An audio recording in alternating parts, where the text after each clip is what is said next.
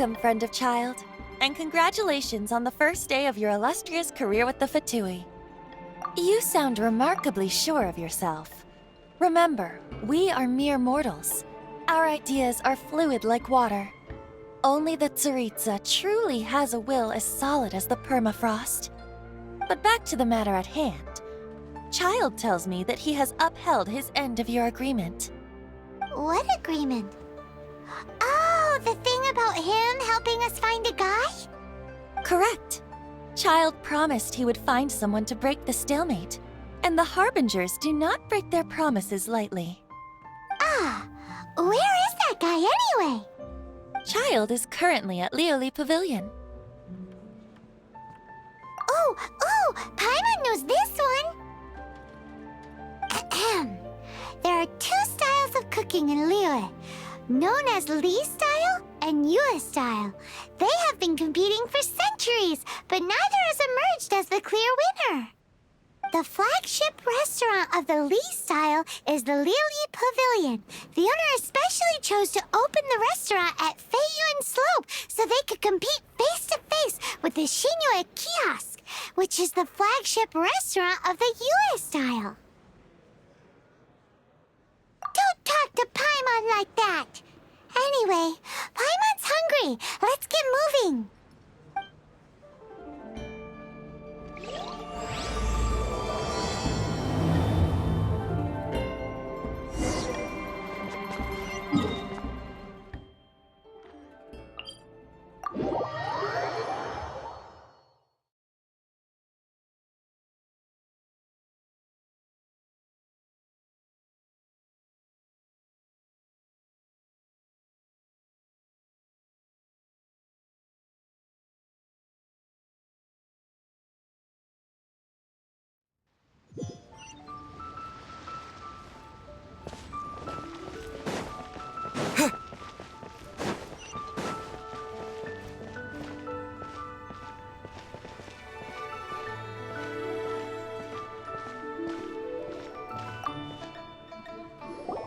Aha, you made it.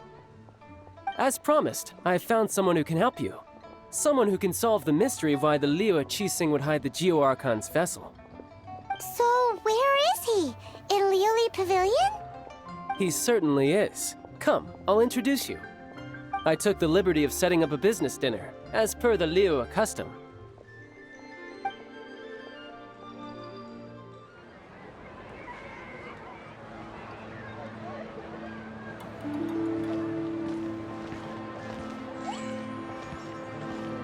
Welcome back, sir. You honor us with your patronage. Mr. Zhongli is awaiting your arrival in the room you booked.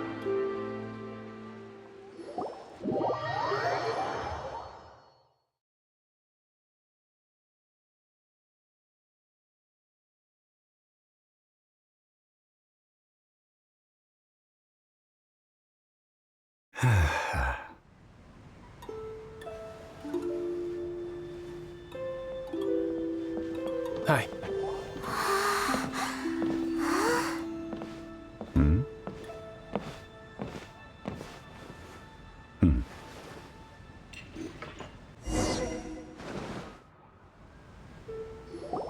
Allow me to introduce Mr. Zhong Li, consultant to an organization known as Wang Sheng, and a trusted associate of the Fatui. Indeed, Wang Sheng's line of work can be sensitive at times. Let's just say they understand when discretion is needed. And we, the Fatui, have always been glad to do business with friends who walk in the shadows. Walk in the shadows? It is an honor to meet you. I have heard tell of you from Mondstadt. Discretion? Shadows? Is Wangshan some kind of business involving dealing with people? Indeed. It is as you have guessed. The Wangsheng Funeral Parlor organizes burials. We ensure that those who pass on do so in peace. Huh? Did you think he was some sort of hired killer? The Fatui calls many such people friends, but the Wangsheng Funeral Parlor does not dabble in such business. Well, ostensibly. Well, they are still I shouldn't say too much. In any case, I brought you to meet Mr. Zhongli because... Because I can bring you to see Rex Lapis's vessel. What? Don't be so surprised. Sure, the Geo-Archon's body has been squirreled away by order of the Tianquan Ningguang. But first, let's hear what Mr. Zhongli has to say, shall we? Rex Lapis may be the prime of Adepti, but he is ultimately an Adeptus. Many Adepti have left us over the millennia. This is the inexorable trend. The times have changed. You must have felt it too when you were at Jueyun Karst. As you have seen, the time of the Adepti is ending, and the time of mankind is slowly dawning. In years past, Liyue's tradition was that a huge memorial service be held to mark the passing of every Adeptus. But this time, the Qixing have made no attempt whatsoever to respect this tradition. It is sacrilege. Yeah, the killer hasn't even been caught yet. Deicide or not, the concern of the Wangsheng funeral parlor is this. When the ritual to receive this god is so kingly, it is all the more egregious for his final send-off to go unattended to. Traveler, Child has told me a lot about you. Since you have had dealings with the Animo Archon, could I ask you to help me prepare the Geo-Archon's last rites?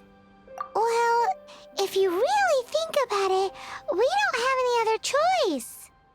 Indeed, no amount of consideration can change this outcome. The Tianquan Ningguang has forbidden anyone from accessing Rex Lapis's vessel, which of course you would need to access if you were to achieve your goal of meeting all of the seven. Precisely. Only by participating in the rite of parting will you be able to see the form of Rex Lapis again. If we are agreed, come with me. We will speak of the details as we walk. All right, my bridge building work here is done. Turned out well, didn't it? You can go if you want to. Don't worry about me. I might just have a few more drinks and get acquainted with these things they call chopsticks in the meantime.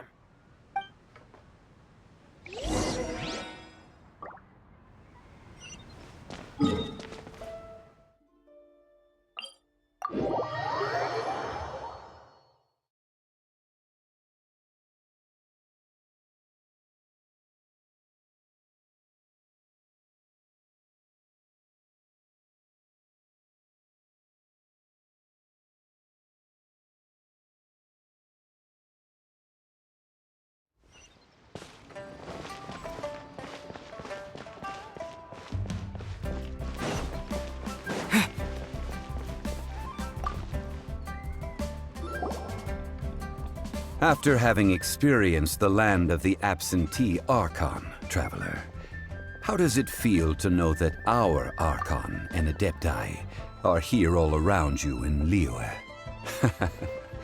I see. So you're that sort of person. It's not a bad thing. But I suppose you have yet to experience the substance of Liyue's 3,700 years of divinity. Organizing the rite of parting should prove to be an enlightening part of your travels. Liyue is the most prosperous of the seven nations, defended by deities and ruled by the Qixing. As such, the diplomatic maneuverings of the Fatui have gained no purchase here. Ningguang of the Qixing has always been on her guard against the Fatui. That is in all likelihood why Child wants to make use of the Wangsheng funeral parlor's connections. Huh. What would Child get out of us doing the rite of parting anyway? I neither know nor do I wish to know. As far as I am concerned, the Fatui are merely financial sponsors. I only wish for Liyue's traditions to endure. These are the advance funds that Child has provided. If you use them up, you can go to him to apply for any subsequent funding. Wow. Well then, let us be off. The first step in our preparations shall be to obtain some prize Noctilucous jade worthy of a deity.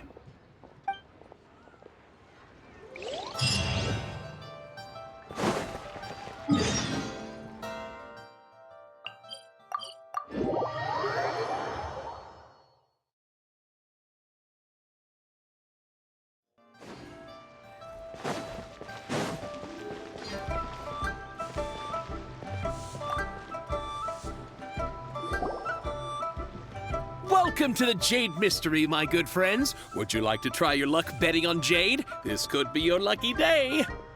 It's cheap and it's fun, and who knows, you just might strike it rich. Betting?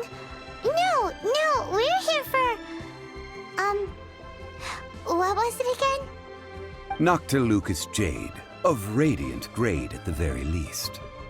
Radiant grade, Noctilucous Jade? I see. You're not a tourist. My apologies. I have some here for your perusal. What do you think? The Jade Mystery is an old name in the jade business. Just look at that wonderful quality. Rex Lapis doesn't often bless us with such finery. Go on, pick whichever one you like. These 3 pieces really do look pretty. Not like the ones you usually dig up. But how do we pick? Should we just grab one and go? Very good. It seems you have learned some tricks of the trade. What do you think, Mr. Zhongli? How should we pick from these pieces of Noctilucous jade? Oh? You want me to decide? That is fine as well. If it were me, the answer would be simple. Oh? And that would be... I'll take them all, boss. Oh, you act with such panache, good sir.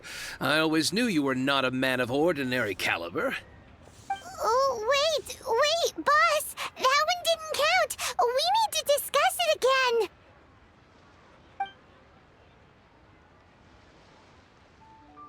Hey! If we only need one for the ritual, aren't we wasting 3 times the more if we buy them all?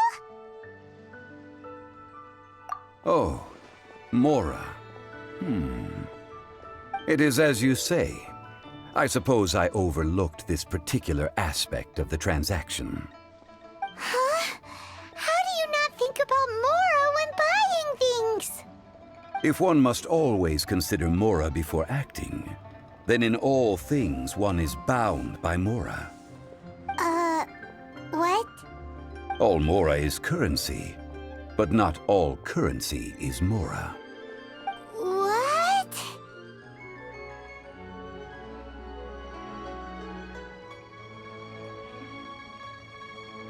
Is this how the rich live? Well, he knows a lot about big money, but not a lot about big savings. No need to waver. Even when I am constrained by Mora, I have ways of working around my limitations. Evaluating the quality of Noctilucous jade is indeed very tricky. As crude ore, there is little difference in texture, lustrousness, and internal pattern between good and bad jade. Only after the item made using Noctilucous jade has taken shape will you be able to see whether it is up to par or not. If you return to those crafty merchants to quibble, they will counter by saying that your crafting bench is to blame, or that your heat control was poor. Whoa! To think it's that easy to get cheated. But there is a way to truly evaluate this jade, and a true insider would know it. A fool sees the pointer and misses the moon. What does that mean? If you point at the moon with your finger, a wise man knows that you are pointing at the moon, while a fool will only see the finger. The patterns, the facade, these are all the finger. Noctilucous jade is a mystical stone used to light up the darkness, and so its brightness is the important thing. It is the moon. Noctilucous jade of excellent quality would have superior pyro affinity. In other words, the bluer and brighter the luster of the ore under high temperature, the higher its quality. I have imparted the priceless secrets of the jade trade to you. Now, all that's left is to put it into practice. Priceless, huh? Paimon's just sad that we might never be able to use it again.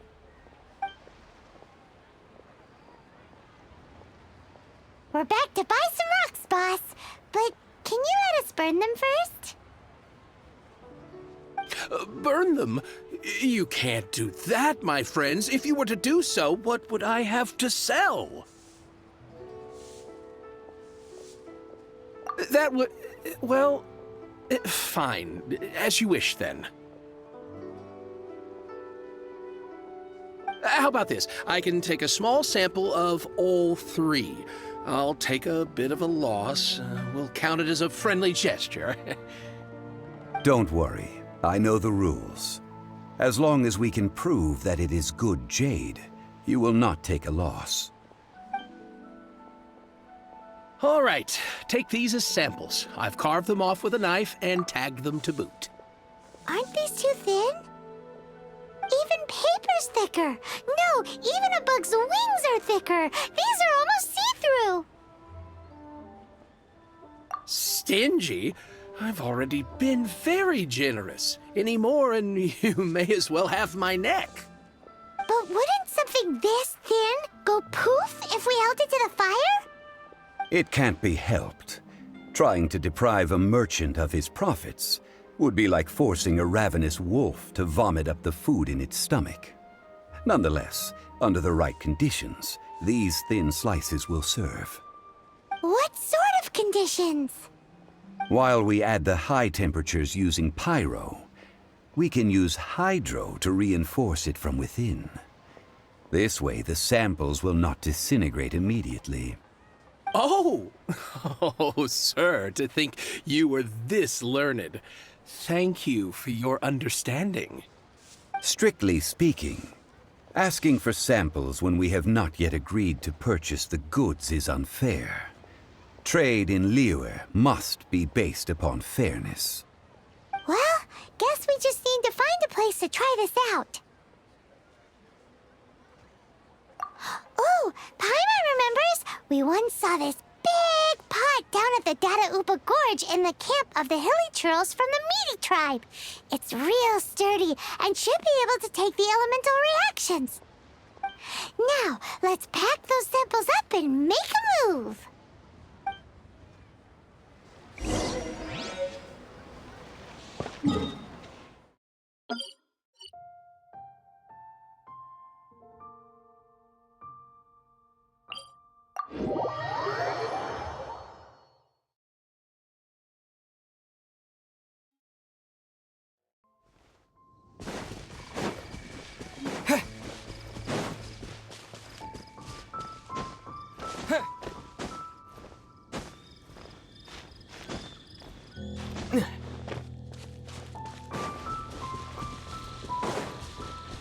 It has been a long time since I last set foot in the Nation of Wind. A friend of mine from Mondstadt would always bring a few bottles of locally brewed dandelion wine whenever he came to visit me in Liyue. It must be said that the famed liquor of the land of pastorals is far better than... That's the pot! It looks like the hilly trolls are still using it. It's a bit impolite, but we gotta cut the line.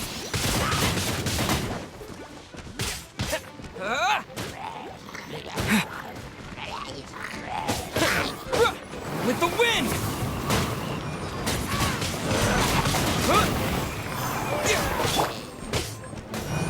Let the show begin.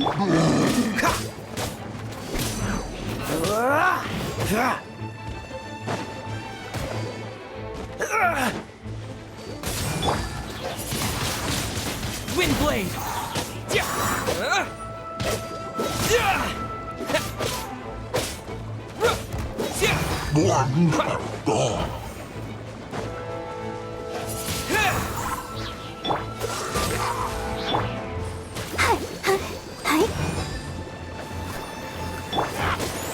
Cool it!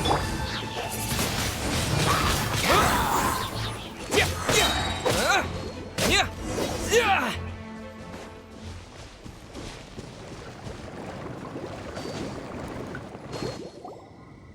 There's still soup in here. These hilly churls sure have big appetites. This soup looks like it could be used as our hydro-elemental protection. Let's fire it up and begin our experiment. We're ready to go. Paimon will help remember which one of the three is which. Use Pyro to keep making the pot hotter until we get the results we need. Mr. Zhongli said that the shinier and bluer the ore gets, the better it is. So, pay close attention.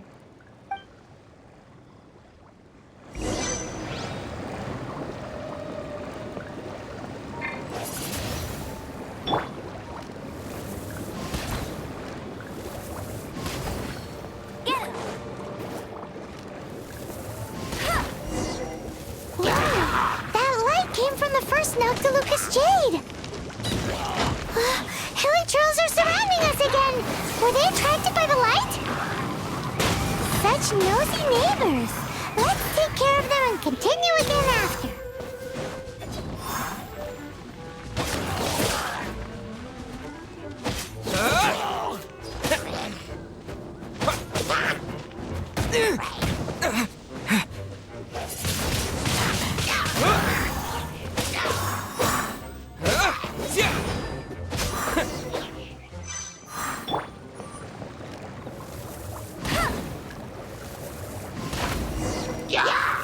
Came from the second Noctilucous Jade, didn't it? More hilly trolls. They don't give up, do they? Looks like they're mad that we ruined their food!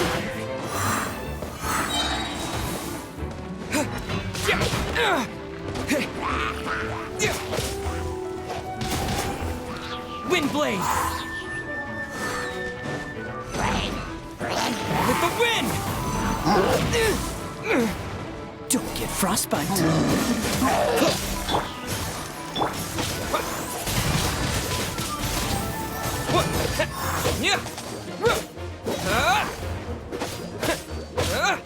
Come on, we can do it.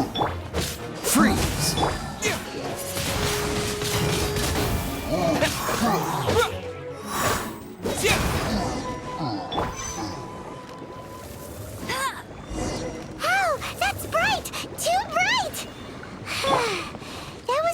Noctilucous Jade, wasn't it? It was so much shiny.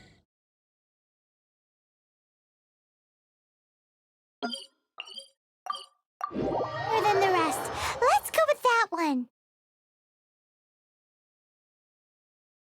Let's head back to the Jade Mystery to buy some jade, shall we?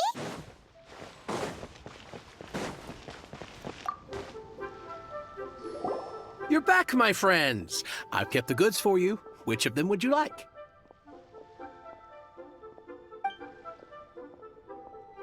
Huh? No, it wasn't that one. Paimon remembers that it wasn't very bright. Think a bit harder. Exactly. That's the one Paimon remembers too. No problem. If you have your eye on this one, you can have it. Then we'll take a box of the third type of jade. Done. All the same, and pardon me for asking, but I'm curious. Whatever do you need this much top-quality Noctilucous Jade for? I suppose it would not hurt to tell you. We need them to make implements for the rite of parting. Parting? Oh, dear. I'd heard the rumors, but had given much thought to them.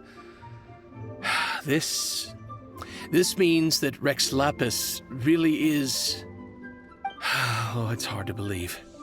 Even though the Jade Mystery has been in decline, we have always been under his protection. It is said that when our Lord lost his way while going incognito in the city 200 years ago, it was a spoon from the Jade Mystery that he had used to sample the local delights. Alas, alas, all things must pass. Well, if this is to be used to say farewell to Rex Lapis, then I shall sell this to you at half the price. Are you sure? You didn't want to even give us an inch before. If not for our Lord's protection, this city wouldn't exist as it does now. No proprietor could earn money off such a thing.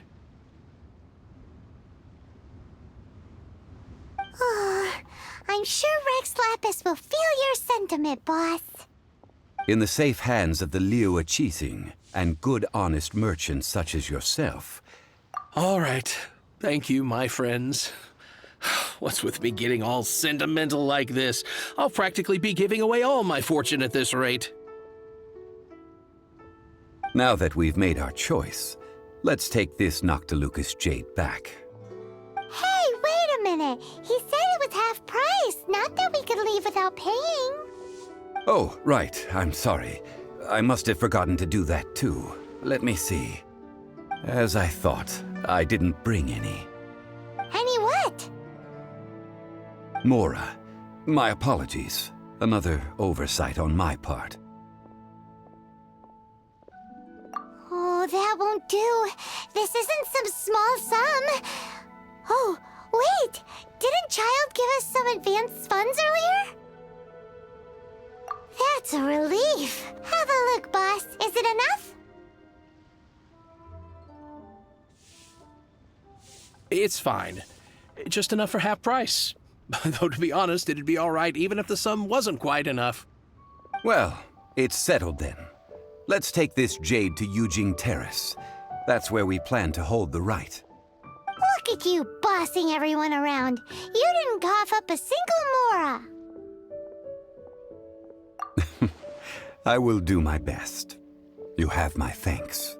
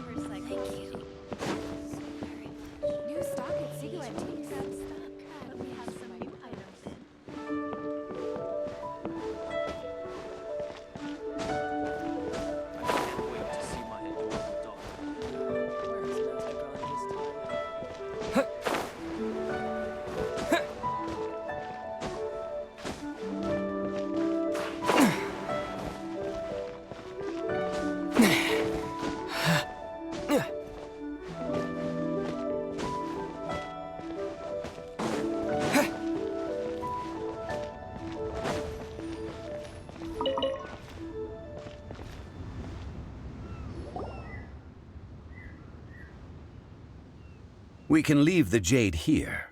I have already called for a jewelsmith to shape them into the implements that we will need. Ah, yes. I have yet to go and see Child. So, as for the jewelsmith's remuneration... Guess we can't do anything else. Also, is this where we're doing the rite of parting? Yes.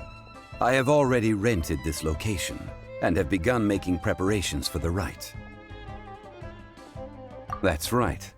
The Liyue Qixing have acquiesced to using the same location. But when something this big happened here, should suspects like us really be at the crime scene? We might get caught by the Millilith. Although with that said, since we got back from Dway and Karst, none of those pesky Millilith soldiers have come chasing after us. Wonder what that's about. Also, the, Rex Lapis vessel... Traditionally, we call it the Exuvia. Ah, right! That's what it was called. You seem to know everything, Mr. Zhongli.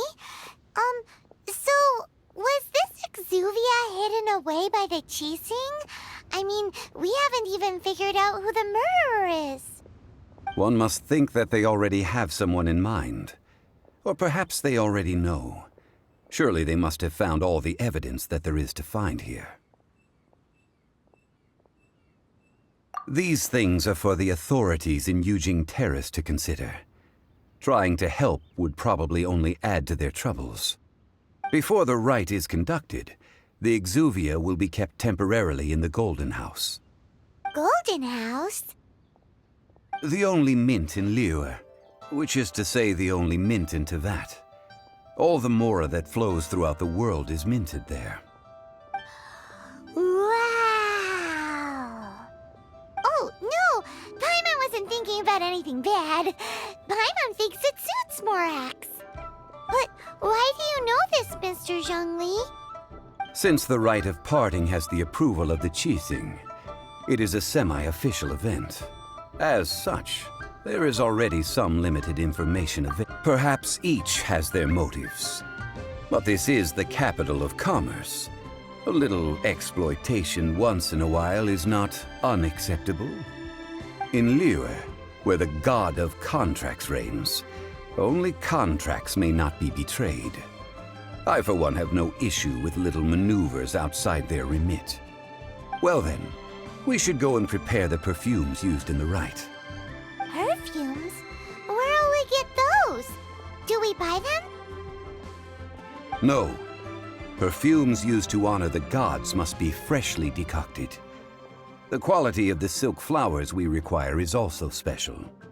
Silk flower petals contain a fibrous material of good quality, often used in brocade making. Its scent, however, is most elegant, and is especially suited for solemn events, like giving offerings to gods and adepti. It's time for Zhongli's lectures on high society again. We shall not speak of the details right now. Follow me. We shall go to the merchants to purchase our ingredients.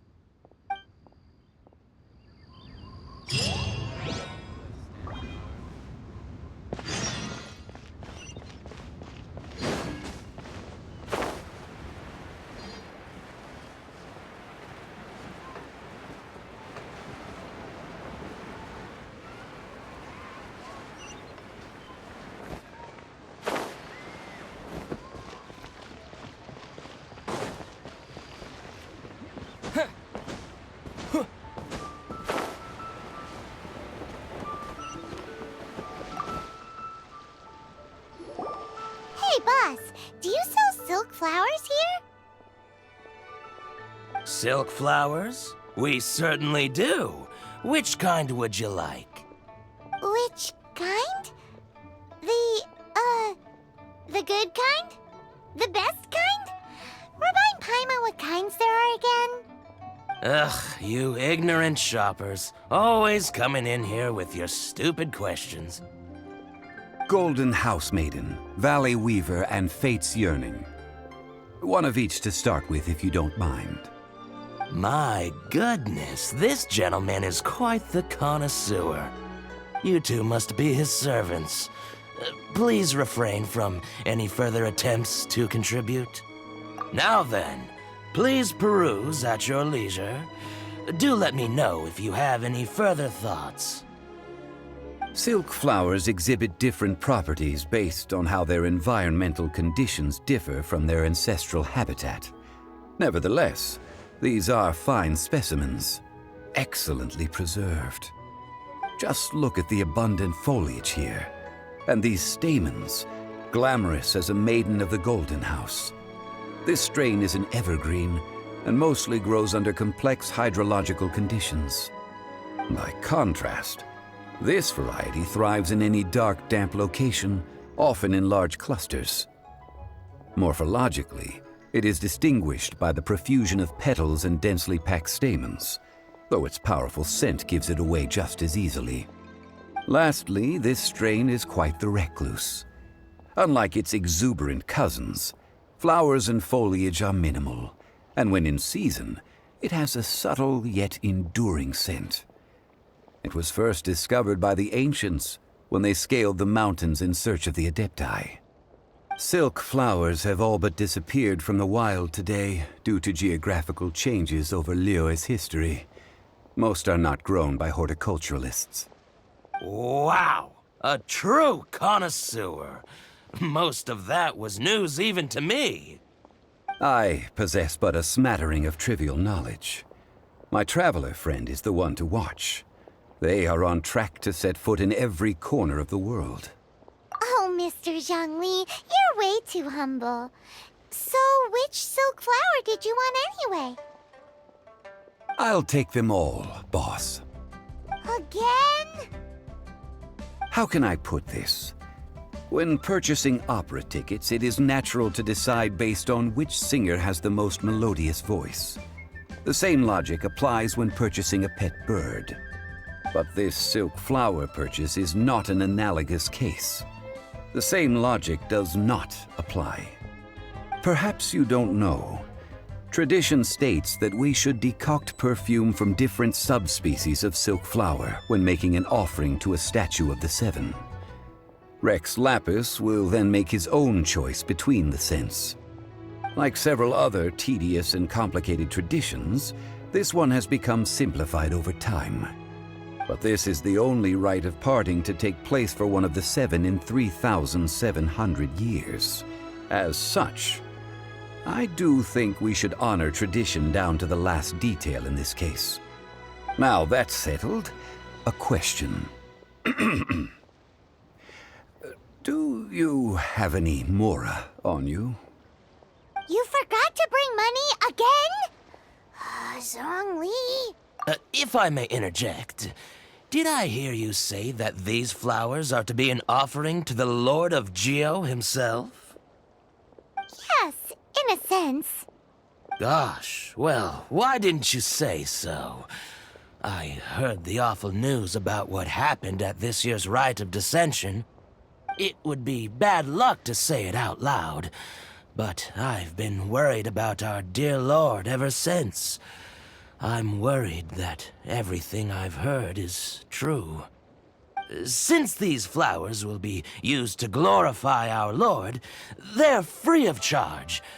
Just don't forget to pass on my regards. Are you serious? Why wouldn't I be? I would be nobody if not for Rex Lapis. If he hadn't written those poems in praise of my wares, they'd only be worth a fraction of what I can sell them for today. Huh. So much folklore here revolves around Liyue's deity making cameo appearances in support of local businesses. Thank you, boss. I think I speak for all of us when I say that your generosity has saved our skins.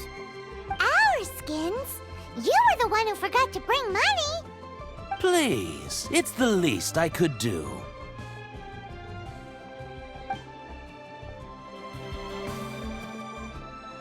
So, now that we've got the flowers, how do we make the perfume? Ideally with the help of an expert. Unfortunately, none of my acquaintances have personal experience in the art of decoction. Talk about first world problems. Hence, I need you to help by asking around in the city. Try the common folk, especially women. So this time we get to go around town looking for nice-smelling ladies to talk to? Paimon likes this job. I will wait for you near the statue of the seven. Meet me there when the perfume is ready. Maybe we can find some good candidates at the Adventurers Guild.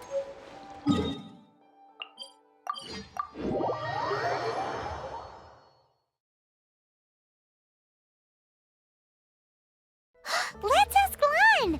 She's master of the Liyue branch, right?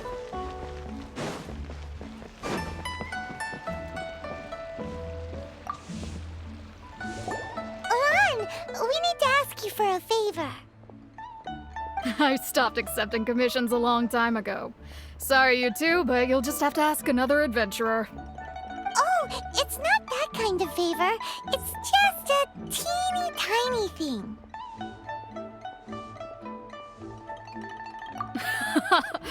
Wow. Just wow. Do I look like the kind of girl who wears perfume to you? I think you're underestimating the kind of person I am. Well, Paimon thinks you smell amazing. So come on, Lan. What's your secret if not perfume? Now that you mention it, Yes, there is something. What is that scent? Oh, it must be from the Genshin flowers I picked on the way back. I forgot I still had them with me. Aha! The truth is out. Lan's got a soft spot for wildflowers. No, they were for medicinal use only. Anyway, this is a pointless conversation. If you want to know about perfume, try talking to Qiming. The fortune teller, right? Paimon remembers she smells pretty good. Thanks, Lan. See you around.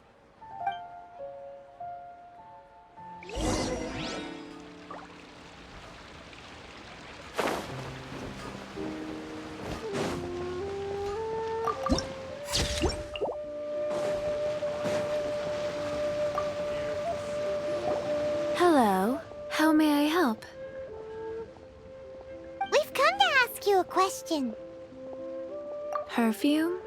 I rarely think to use it, let alone about how to make it myself. That said, some of the cosmetics I use are scented. Perhaps that's the cause of this confusion. Since I usually set up my stall by the docks, I avoid perfume like the plague, because Celestia forbid those lusty sailors catch a whiff and come hunting for the source. That's the worst thing Paimon's heard all day. While we're on the subject, have you never heard anyone mention Yingar's homemade perfume? Yingar? Oh, as in scent of spring, Yingar? Yes, that's her. Many a rich family's daughter has gotten her to make perfume for them.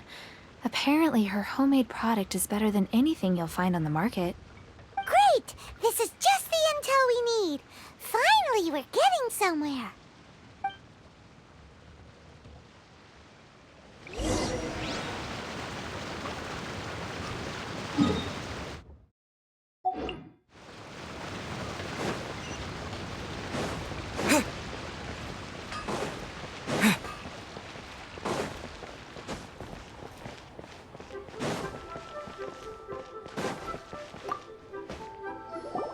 Well, hello. You found me at last. I've been waiting for you. What? How did you know we were coming? Oh, I heard a rumor about a couple who were snooping around town looking for a sweet-smelling lady. Actually, I was starting to worry you wouldn't find me. This is the ultimate test of my appeal, after all. Snooping around? Why are you making it out like we're bad people? What can I say? People love to talk. Maybe you ought to be more discreet in the future if you don't want word to get around. Relax. I know why you're here. You want to get your hand on my homemade perfume, don't you? 3 in one go. My goodness. You have extreme tastes for someone your age. Maybe the rumors I heard were true after all. You're on the prowl and need some sweet-smelling ammunition. Is that it?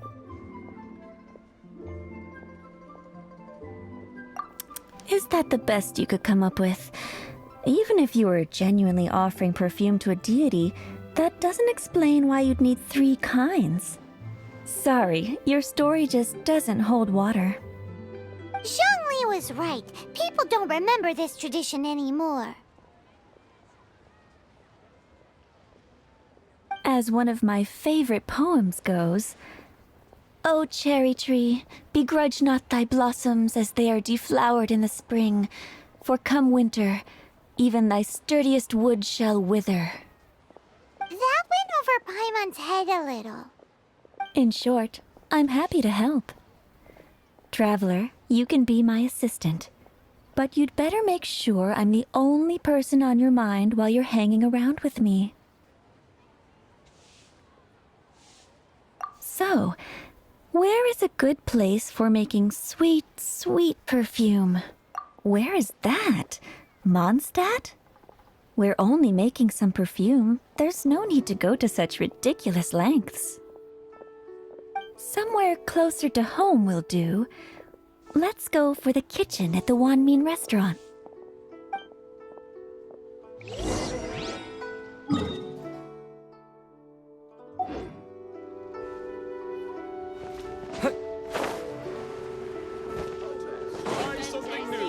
One Mean Restaurant. I've had a word with Chef Mao. We can start work now. Are you ready to please me? What did you say? I meant make me proud, as my assistant, obviously. While I'm setting up, you can go and fetch some water. Should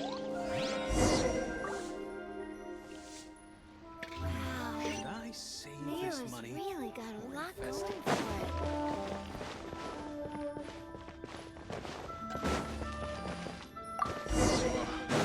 Liyue people must have iron stomachs.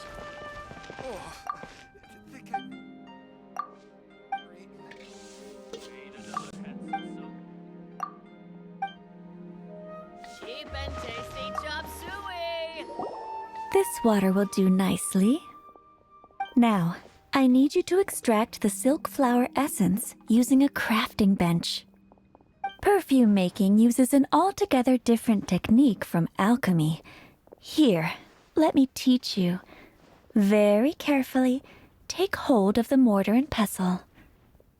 Gently does it. You need to keep your wrist firm so your hand doesn't slip. Now, use your strong hand to stir it with a persistent rhythm. Keep going until the juices start to come out.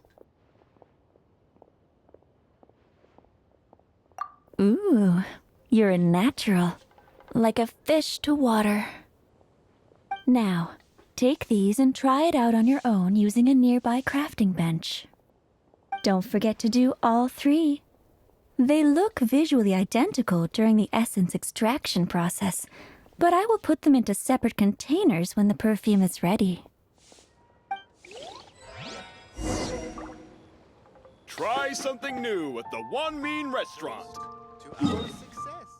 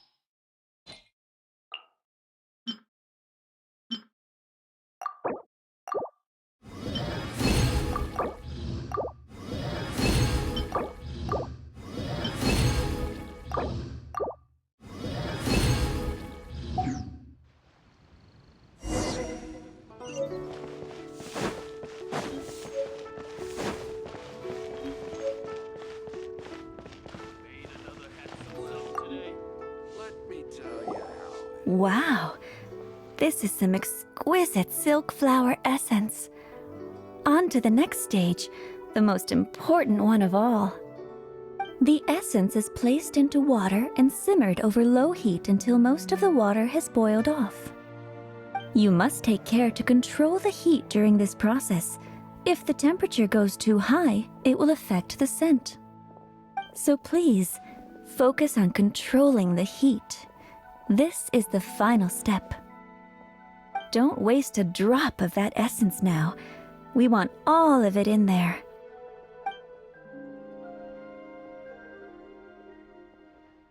All 3 perfumes are ready. And you, my friend, were a wonderful assistant. A testament to the lengths you will go to for romance. It's so rare to see nowadays.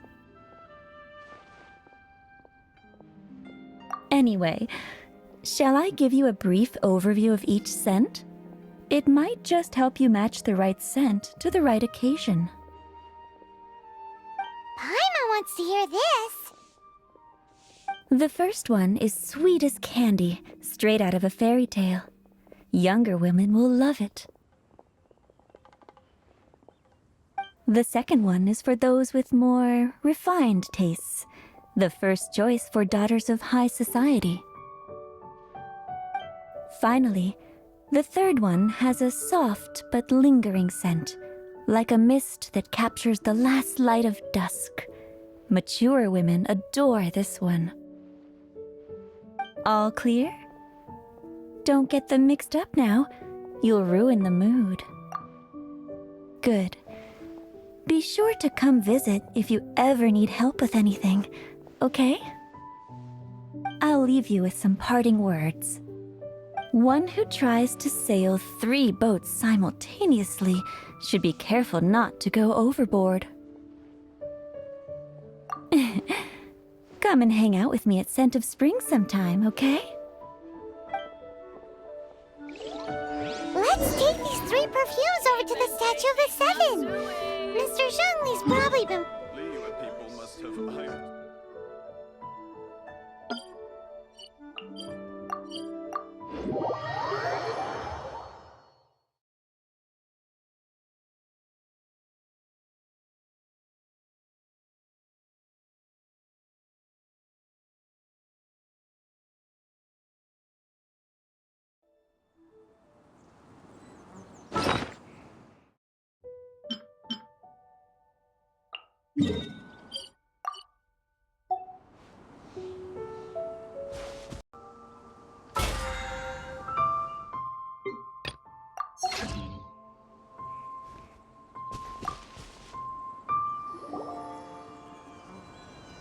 We've brought the perfumes, Mr. Zhongli.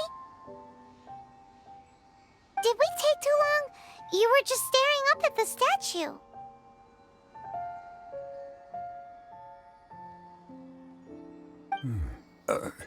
Oh, you're back. Don't worry, I haven't waited long. Compared to the watch that Rex Lapis's statues have kept over Liyue, this was but a brief moment. Well, how can a person compete with a statue? That is true. Well, have you brought the perfumes? 3 sets, and not 1 less. Thank you both. Let us offer them up. This is the first kind of perfume. Miss Yinger said that it's sweet as a dream, and it's liked by younger ladies. This is the second kind. It's got an elegant smell, and the daughters of high society love it. The third kind has a gentle but lingering fragrance. Something like the dusk mist. And it's a favorite of mature ladies. Oh, what was that? That's the one older ladies like, right? Does that mean that Rex Lapis is actually an older lady? Perhaps. Perhaps. Rex Lapis has taken on countless forms. Perhaps that really was one of them. What a shame. We only got to see the giant dragon form, and... Let's hope the Chising can catch the real killer. We can leave that to the authorities. Let us focus on the fond farewell for Rex Lapis. So, we finished another step in our preparations. What's next? Next, I would like the two of you to help me borrow the cleansing bell. Cleansing bell? At present, a friend of mine named Madame Ping is the guardian of the cleansing bell. She lives near Yujing Terrace. If you ask her, she will know what to do. Sure, but aren't you going to come with us? Ah, I have certain reasons why I cannot be there in person. Please, do this for me. Man, why's he gotta be so secretive this time?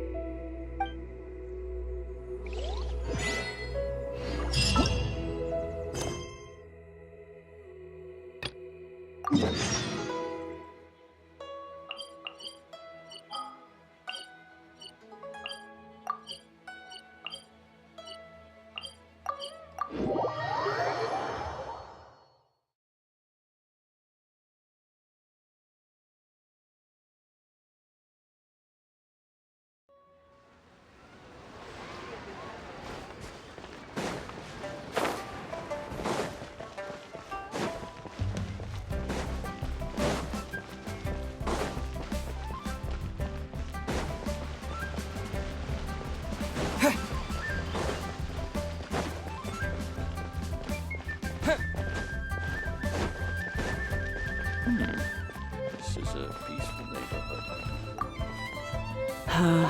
All things must change. Youngster, are you here to admire the flowers? But it's a shame. These glazed lilies have almost all wilted. What happened to them? Back in my day, people said that glazed lilies can read human hearts. If they heard beautiful sounds like laughter and singing, they would also bloom joyfully. But if they heard too much wild gossip or slander, they would quickly wither away. So that means these flowers feel what's happening in Liyue? Yes, the rumors of Rex Lapis's death are no small matter. They are everywhere. Some say it was a Fatui plot. Others say that the Chising made it all up. And still others think that which lies in the deep is breaking free. This harbor is like a mountain of dry tinder. One spark, and the fire will consume us all. Well, I shall say no more. This old woman's grown too old and naggy. Did you have something to say, youngster? Ah, that old trinket. I remember it being here with me, but I've grown old. I can't quite recall where it is exactly. An old friend of mine used to wear it on his person. Back when I was young, he saw me gazing at it often and gave it to me. But he told me then that if someone should come to borrow that bell, I should not be loath to part with it. It has been many years, and who knows how many times someone has come to borrow this bell. Still, though, I can't recall when it started.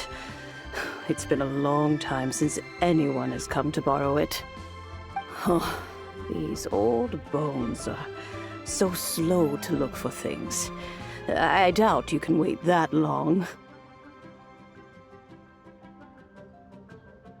That's right, Granny. We'll follow you back home and search for it ourselves. And, we can help with chores if you have any too. All right, children, there is no need to worry. I didn't place the bell very far away. Do you live near here, Granny? Whoa, but this is Eugene Terrace. It's gotta be expensive. Oh, an old lady like me can't afford to buy a place in this city. See this ceramic teapot? My entire household is in here. How does that work?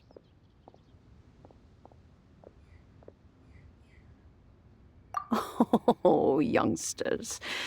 I simply mean that the bell is somewhere inside this teapot, and you are quite welcome to borrow it. If you can find it.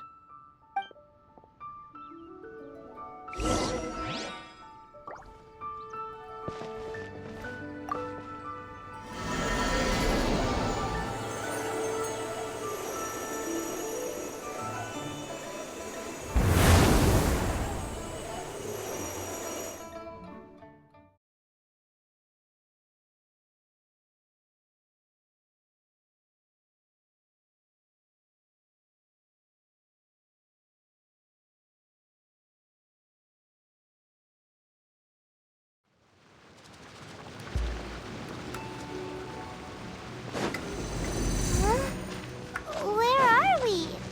What just happened? Youngsters, this is where this old woman keeps all her things. Quickly now, go fetch that bell. Whoa! That sounds like Granny's voice. So, this is her teapot? What's going on? Oh dear, so many cobwebs. It seems I really haven't cleaned it in a long while. Sorry to trouble you, children. Please help an old lady clean up.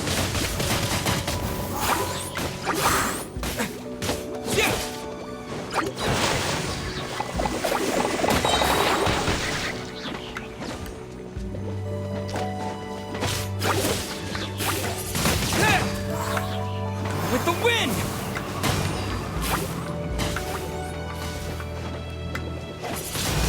Wind blade! No escape!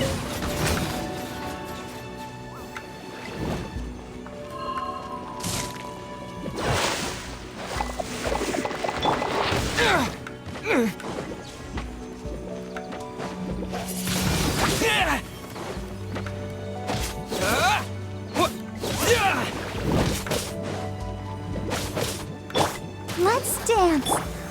Dodge this!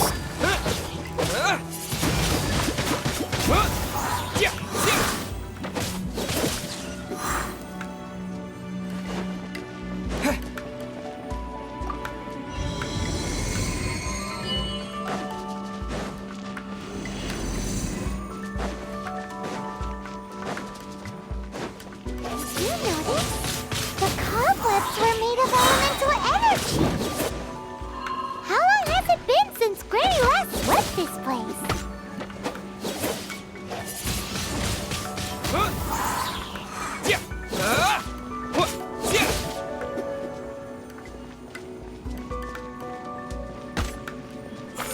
Cool it!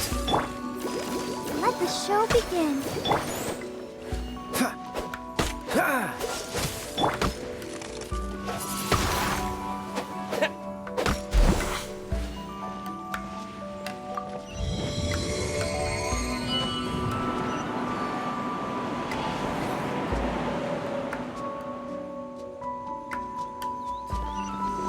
You know, with such a special teapot and the cleansing bell, do you think this old granny could also be an adeptus?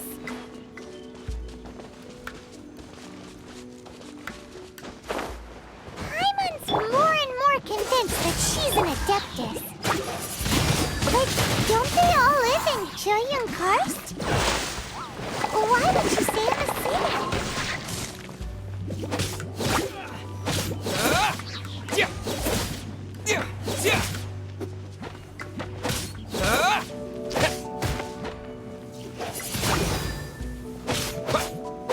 Oh, so sorry. Cool it!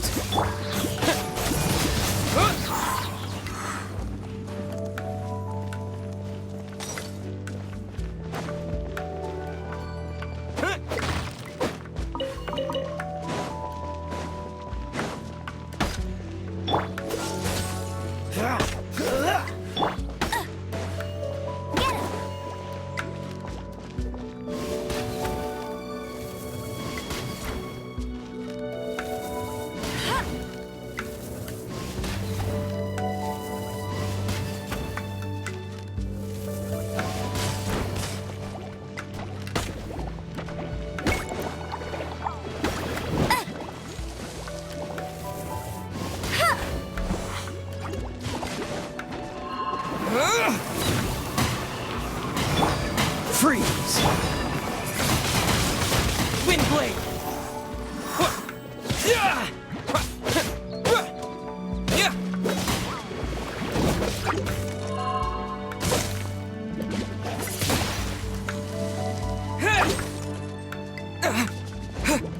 Let it rain. I'll race you there. Bet you can't keep up with.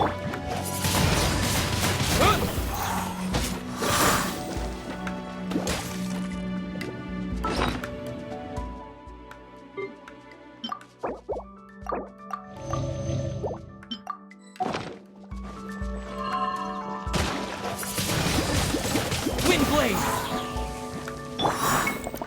Dodge this!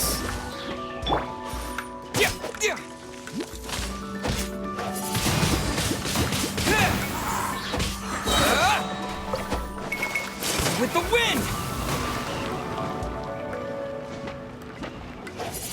Windblade!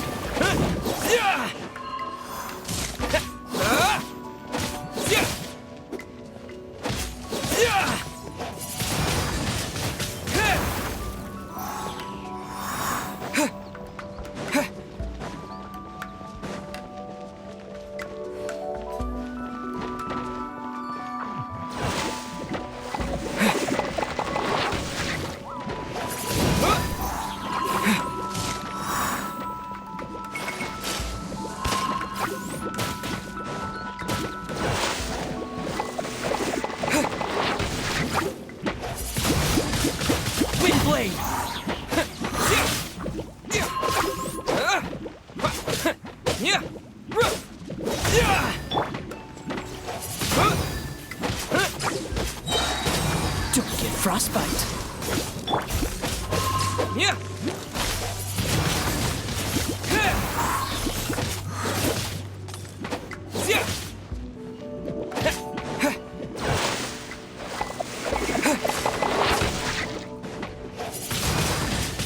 Windblade. Go, go, Baron Bunny!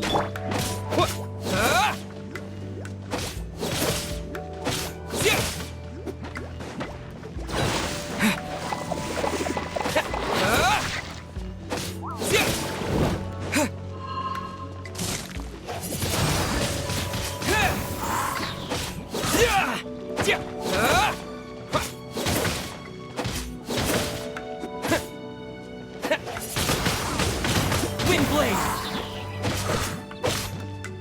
La la la la la.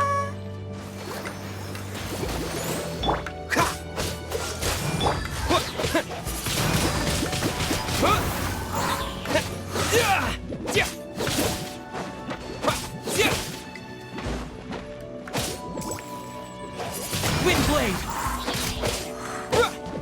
No one escapes my sights!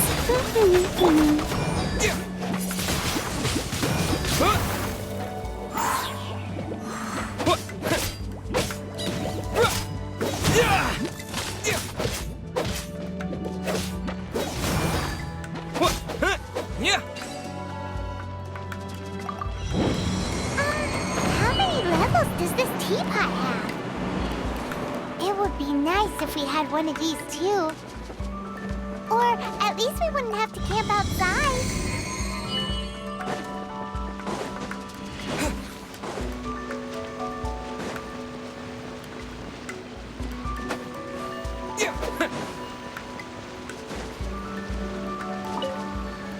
Oh, you found it. Youngsters are so quick on their feet. Oh, now, let me... All right, that'll do. Come on out now, children.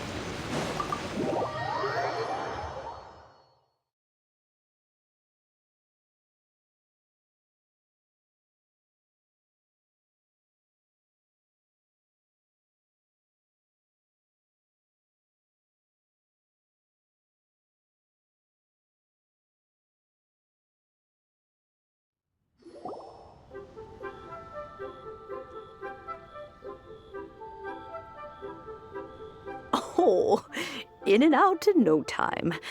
You youngsters really an adeptus. Oh, I haven't heard anyone say those words in earnest for a long time. As to whether I am one or not, child, surely you already understand. Paimon kinda knows what you mean, but is also kinda confused. Are you really giving us the bell just like that, Granny? Don't you think it's weird? Something's just happened to Rex Lapis and then we come running up asking for it? Oh, don't be silly. Liyue Harbor has been through a great deal in its history. In that time, it has seen the departure of countless Adepti. But no matter what, we have always performed the rite of parting first before any other matters. To cry, "Catch the murderer," at the top of one's lungs, but ignore the rite of parting.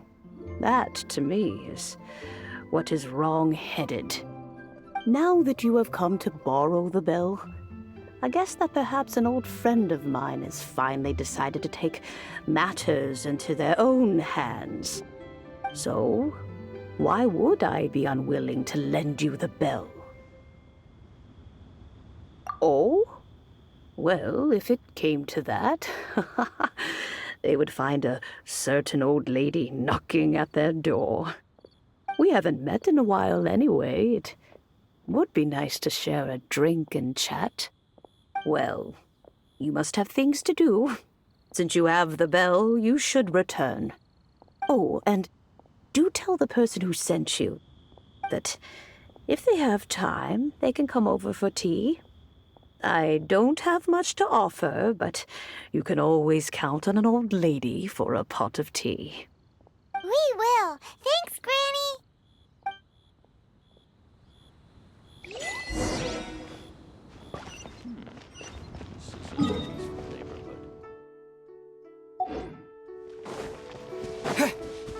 Please be mindful of your personal safety.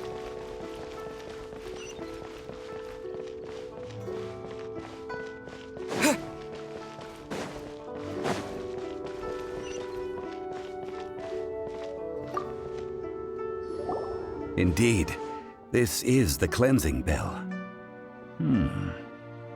It's in good condition. Let's place the perfume we've prepared inside. Of course. How would I know that the bell was with her otherwise? That's suspicious. But if you don't want to talk about it, we won't pry. Oh, yes, that old granny asked us to tell you something. If you have the time, you can come over for tea. I don't have much to offer, but you can always count on an old lady for a pot of tea. That tone does not suit you. Still, her teapot is indeed very good. There are none better for brewing tea. When a suitable time arrives, I'll bring a spot of fine tea and pay her a visit. So what's the next step in our preparations? Next, we need to purchase kites. Ooh, Paimon loves kites! Are you taking us kite flying? Is this our break time? No. Kites are children's toys, yes. But they also play various symbolic roles in Liyue's rituals. I will explain it to you. But our next course of action should probably be to purchase the kites first. Oh, sure. Curiouser and curiouser.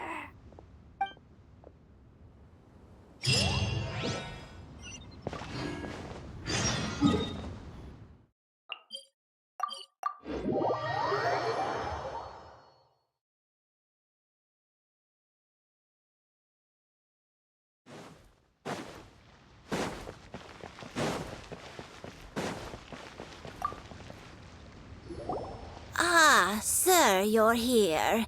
The 7 kites you asked for have been made to order. Would you like to take them now? Yes, thank you. It's rare to see customers who want to buy this type of kite nowadays. In the early days, we used to get orders from people of all walks of life. Well, this is Mr. Zhongli from the Wangsheng Funeral Parlor, so he's probably well-versed in all these walks of life. We've talked about a whole bunch of things while traveling with him. He seems to know Liyue's favorite topics, money and government, really well, but he likes talking about less useful topics instead. Well, that's because I prefer to share fun things with you. Children's toys are very fun things, that's for sure. I enjoy watching the children at play as much as anyone else, but there is more to it than that. Finely crafted toys are well loved by children, but this craft itself has been honed over thousands of years, and there is meaning behind that. I have made kites in Liyue for 40 years, and I am intimately familiar with the forms passed down from my ancestors. The meaning of these 7 kites is far from banal. Indeed. These are decorations used in the rite of parting. The 7 kites represent the 7. I took the liberty of coloring outside the lines when doing the insignia of the Animo Archon. As for the kite that honors the Geo Archon, one must follow the contract given right down to the last letter. These patterns are ancient, and you can also find them in the Golden House. Ah, Paimon's heard that name before. Huh? The design of this kite displays a firm grasp on the cyclicality and eternity so dear to the Electro Archon. These markings of tree and leaf pay due honor to wisdom and the passage of time. All this on a single kite. Truly astonishing. Justice flows across the surface of the waters. War rages like a flame. As does that which the Cryo Archon once... Yes. These details are masterfully done. The compliments of a learned man truly are pleasant. Well then, Granny Shan, I shall take these back with me. As for the payment... Well, allow me.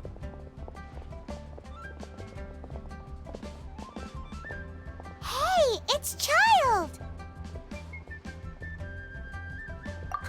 No way. I was just passing through. I see Mr. Zhongli's the same as ever. When paying, well, when getting others to pay for him, he neither looks at the price tag nor his wallet. He knows a great deal about money, and about the trials of the common man. He just doesn't consider poverty to be something that could ever happen to him.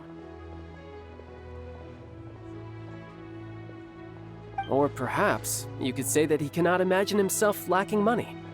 How has he not died of hunger yet? Child, you are as fond of jokes as ever. Well then, since we've purchased our kites without incident, there's no need to take a break before moving to the next step in our preparations. The rite of parting requires helping hands as well as materials. We should be able to find some people near the harbor. Oh, by the way, take this bag of money. You probably won't want to let Zhongli do the bargaining, if you know what I mean. Seems I missed out on some interesting information. I suppose I'll just have to find a more opportune moment next time.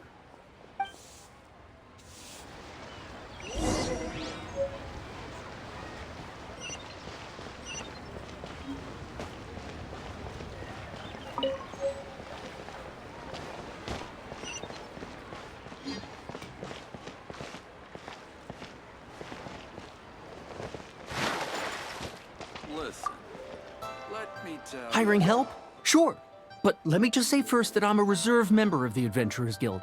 I take adventuring commissions, but I don't do anything clerical. Adventure? Venturing into the mountains to capture a few crystal flies seems adventurous enough. That's not hard. Almost a bit too easy for a reserve adventurer. Never mind.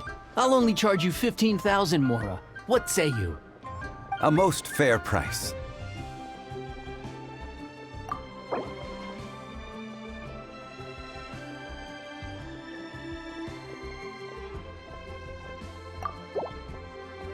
A pleasure doing business with you.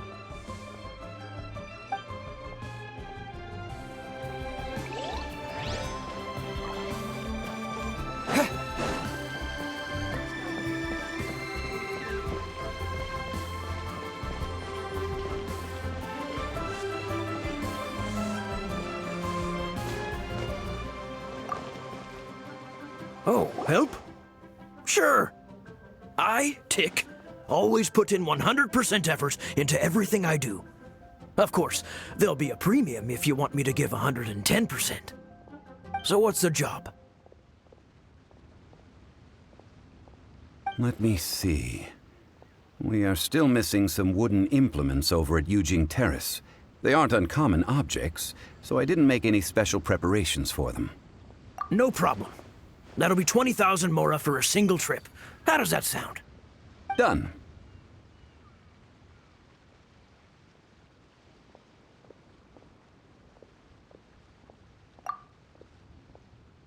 Oh, you're a straight shooter, huh? We have a deal.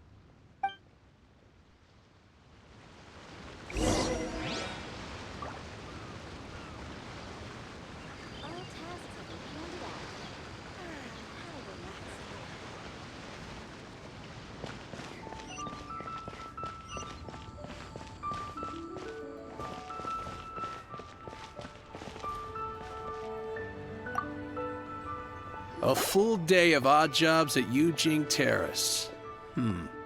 No problem. 25,000 per day. A fair trade, yes? Whoa, that's expensive.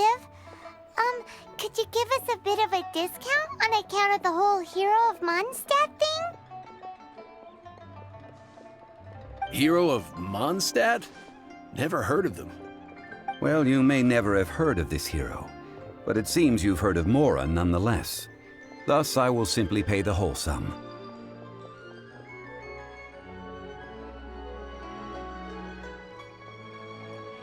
This is all you've got? Then no can do. Child? No. He's putting up the money? Still no. Wouldn't that mean I have to make 2 trips rather than 1? How about this? Let's make a trade. I'll take what you're offering right now and find me a high-quality lotus head. I'll consider that my detour fee paid and go find what's-his-face child. How about it? Guess we've got no choice.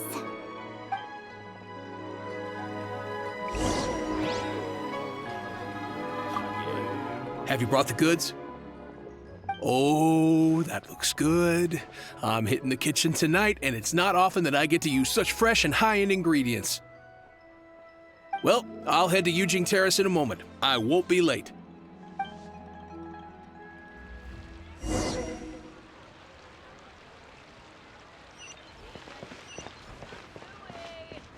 Should I save this money or invest it? Leo's really gonna rock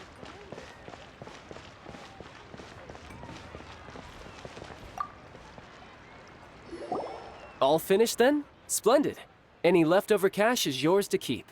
A favor for the Fatui should never go unrewarded.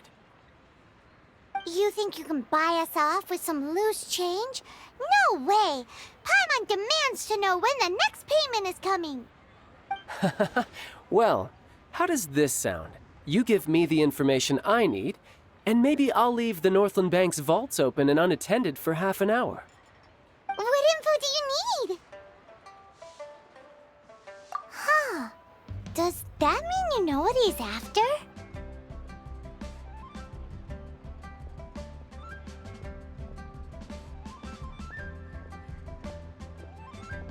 Yikes! You're right! Signora!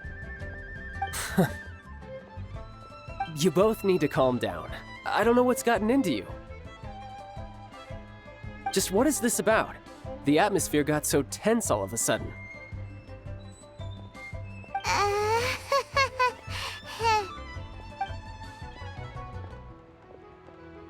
Next, we need some everlasting incense. For this, we need to go to Boo Boo Pharmacy, the finest pharmacy in all of... Is everything okay? Everything is fine. I was just informing them that they need not return the surplus Mora. Now, if you'll excuse me, I must be going. Paimon definitely felt like Child wasn't happy with...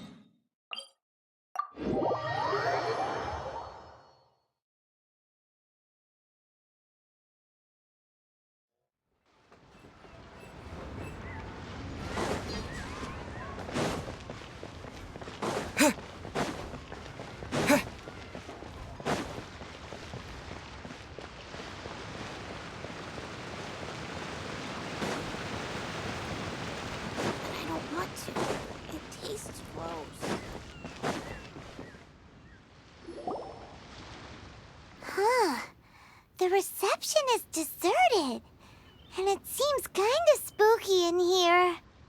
Hello? Is anybody there? Welcome to Boo Boo Pharmacy. Huh? Did you hear that? Where did it come from? The reception, it seems. How about you go check it out, and Paimon will bring up the rear.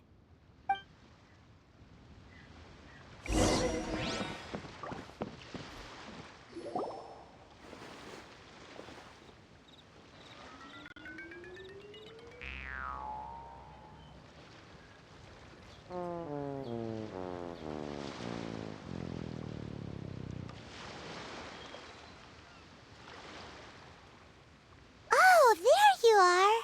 But you can't even reach the counter. Ah, Paimon thinks you might be right. Look at the talisman on her forehead. Welcome to Boo Boo Pharmacy.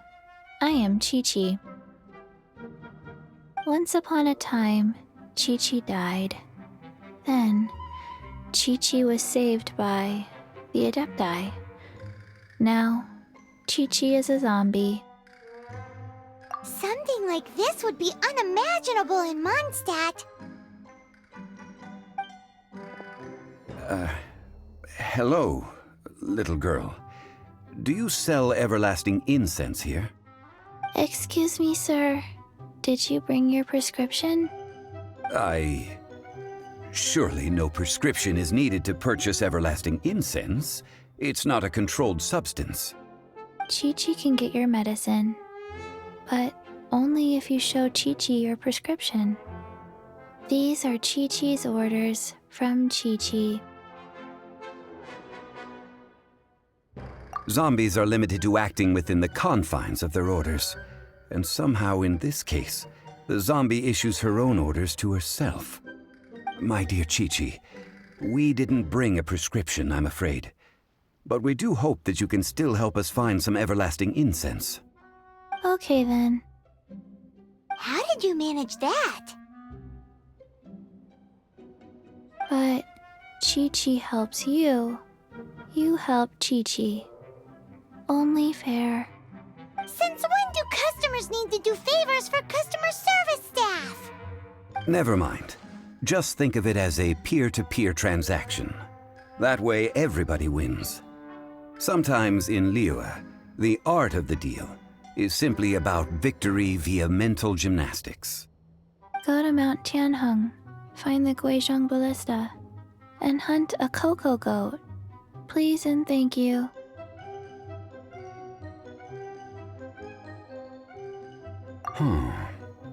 Guizhong Ballista. I have heard of this device before.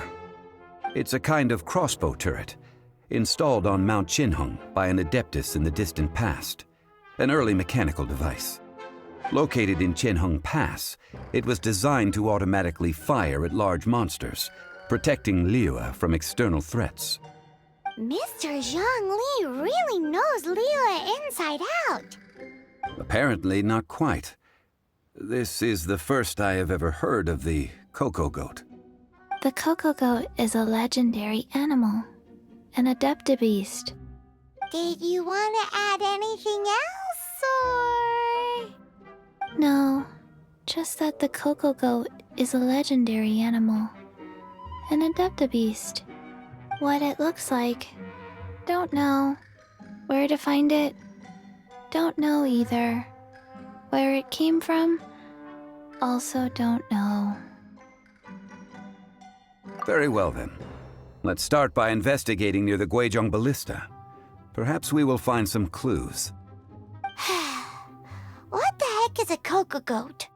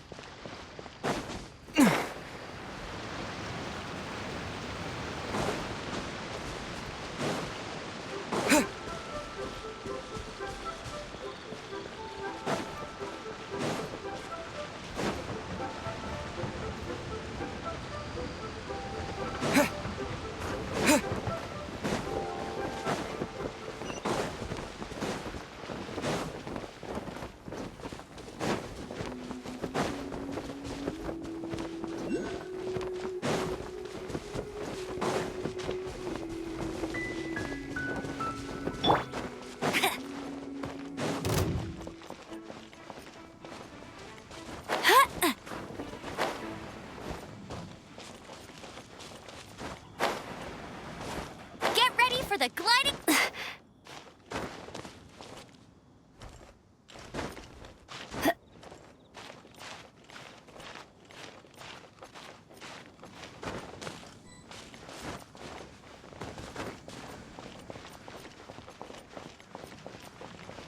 I won't let you down.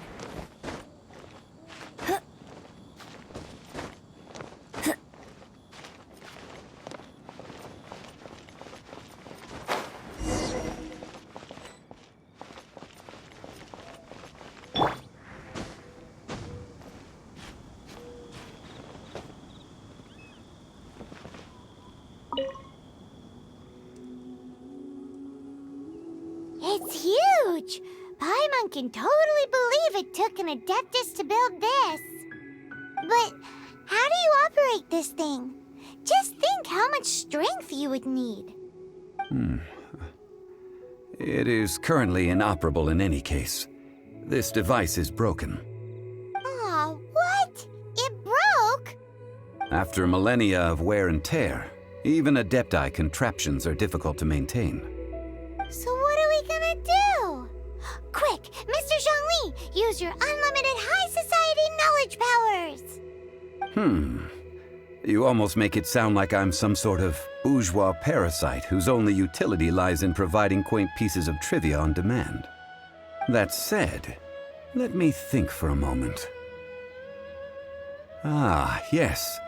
Spare parts were made for the Guizhong Ballista when it was first built, in case it was damaged in battle. As I recall, there is a military supply post from that period somewhere inside the pass. If we can retrieve the spare parts from where they are stored, we may be able to repair the Guizhong Ballista. One just needs to understand the basic working principles of the device. So, what you're saying is that you actually understand the working principles? I have a smattering of knowledge on the topic. With the parts in hand, I could at least tinker with it.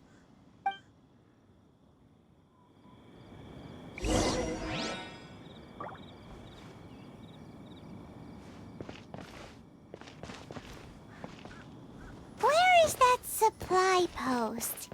Here, post...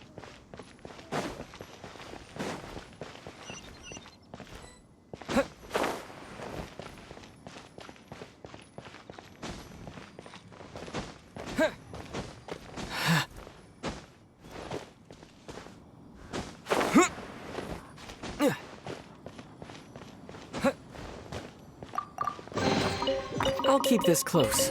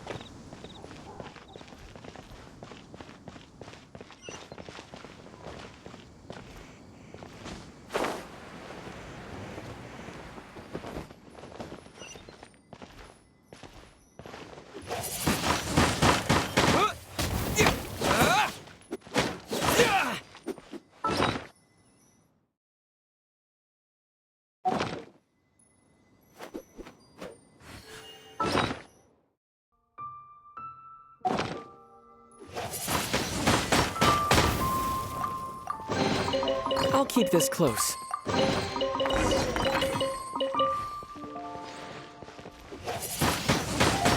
Wind blade!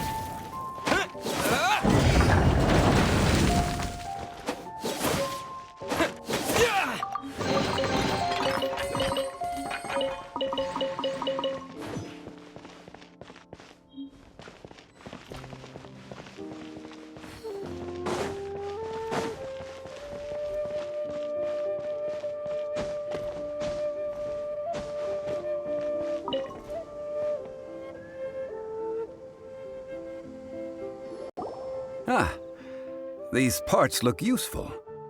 One moment. I will try to repair the device. It is done. The Guizhong ballista is more intricately designed than I thought. Ooh! Now how do we turn it on? It's easy enough. We simply need to do this. Look, it even has a scope.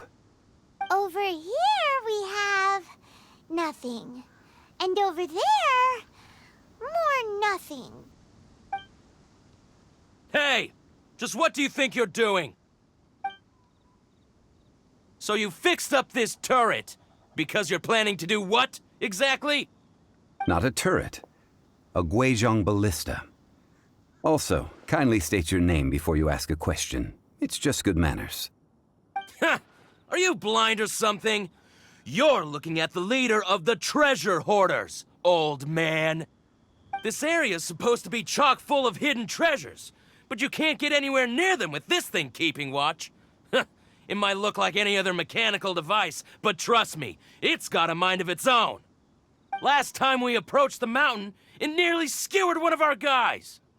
A few of us risked our lives to disarm it, which amazingly we managed. And then we turn our backs for 2 seconds, and you've already gone and repaired it? The next thing you'll be repairing is your faces, and that's if you get out of this alive!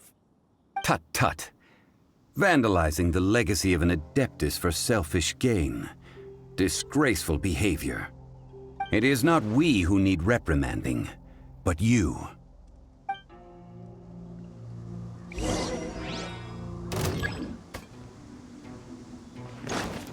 I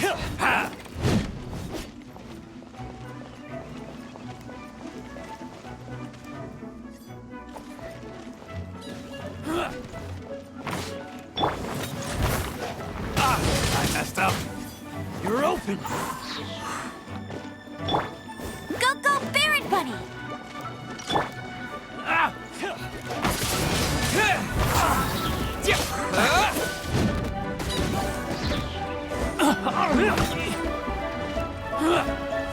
Take 2 to go. Wind blade!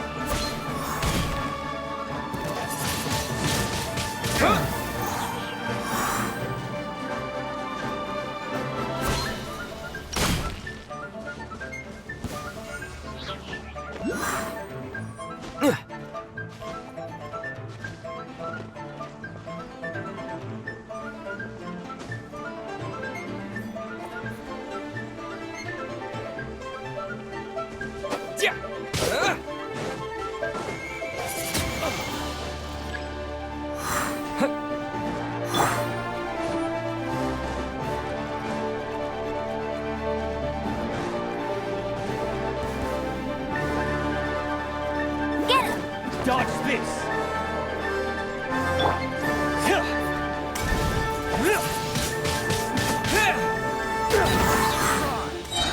With the wind!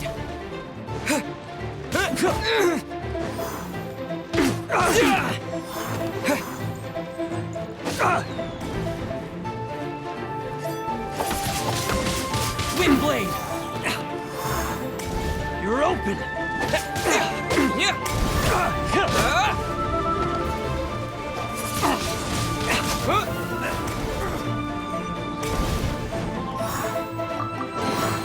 A reward on the road.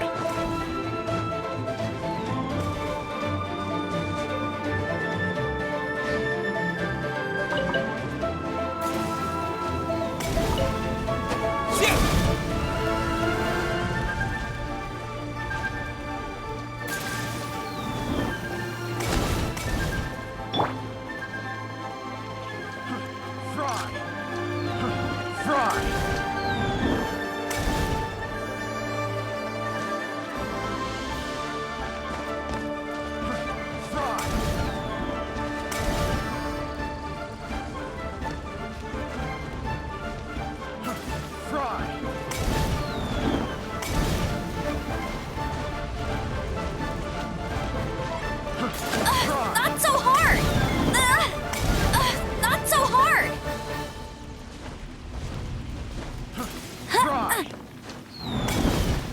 That's cheating! That tingle? Fry! Fry! This moment will be frozen in time.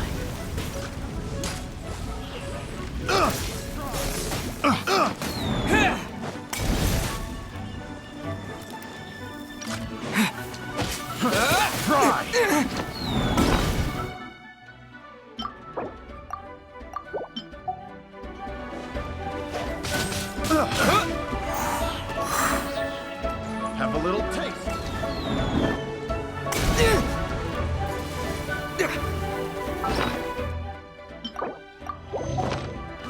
Fry!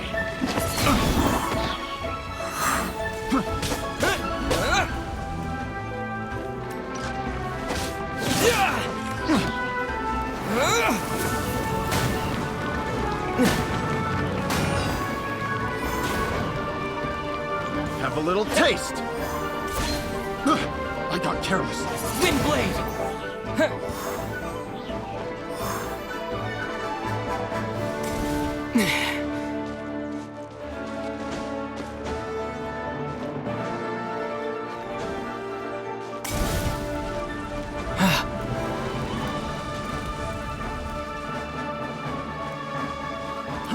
Fry!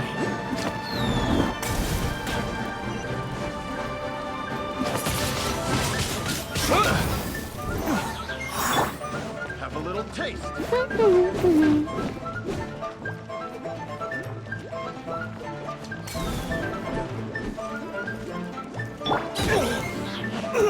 It doesn't hurt.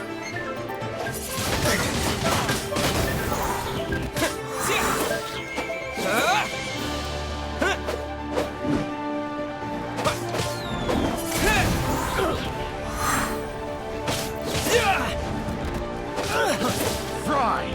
Windblade! With the wind!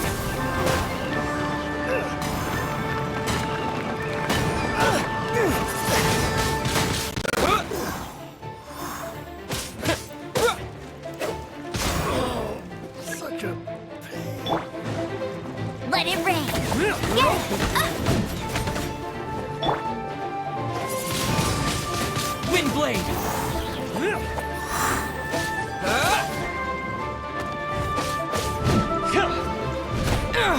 You're open! Maybe I wasn't meant for this work.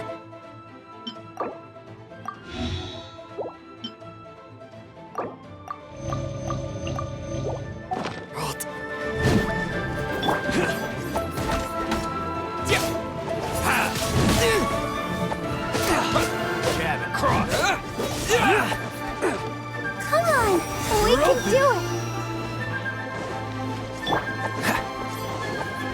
Cool it!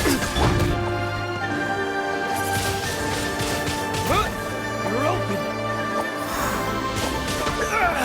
Oh, so sorry. Dodge that!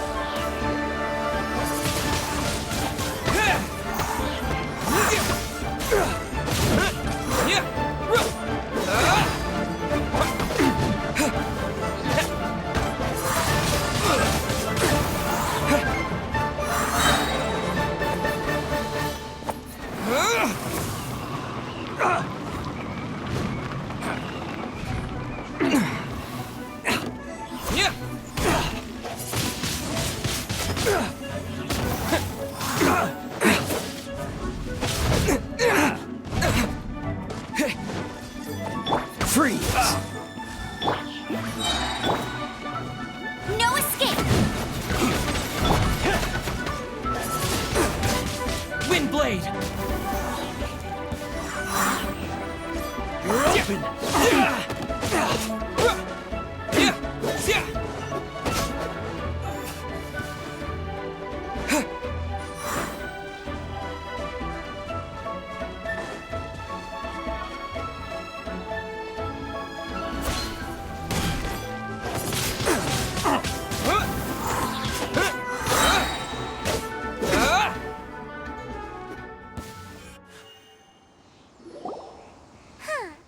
These lowlifes didn't know who they were messing with. Troubling ourselves over this rabble is not worth the time. We should focus on our contract with Chi-Chi. Oh yeah, that! So we've got the Guizhong ballista working, but where's our Coca goat? A search using the Guizhong ballista revealed no significant life forms nearby, save for the usual wildlife. What's more, a contraption built using Adeptus technology should have no trouble detecting an Adeptabeast, as Chi-Chi put it. Which means... Paimon wouldn't go that far.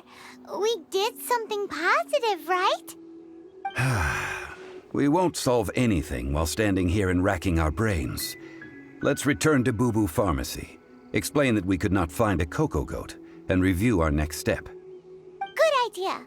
We did our best, and that's what counts.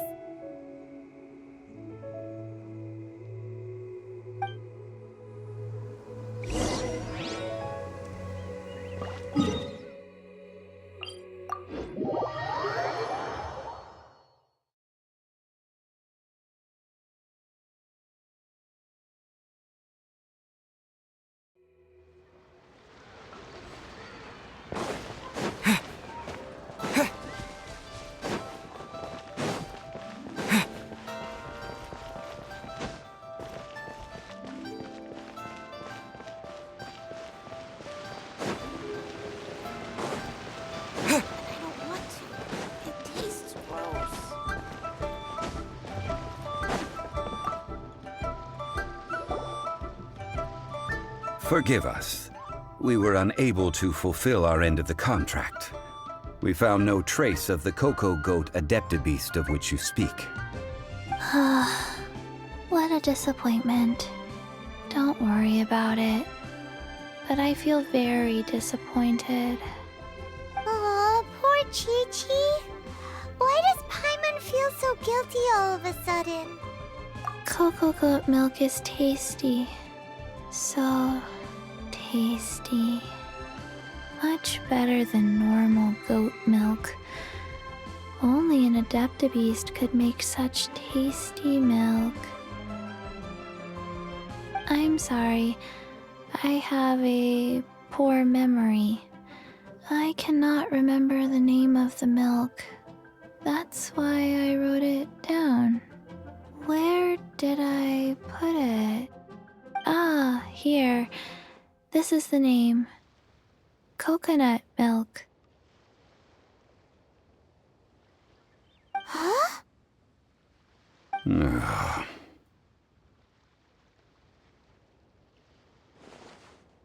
I owe you both an apology.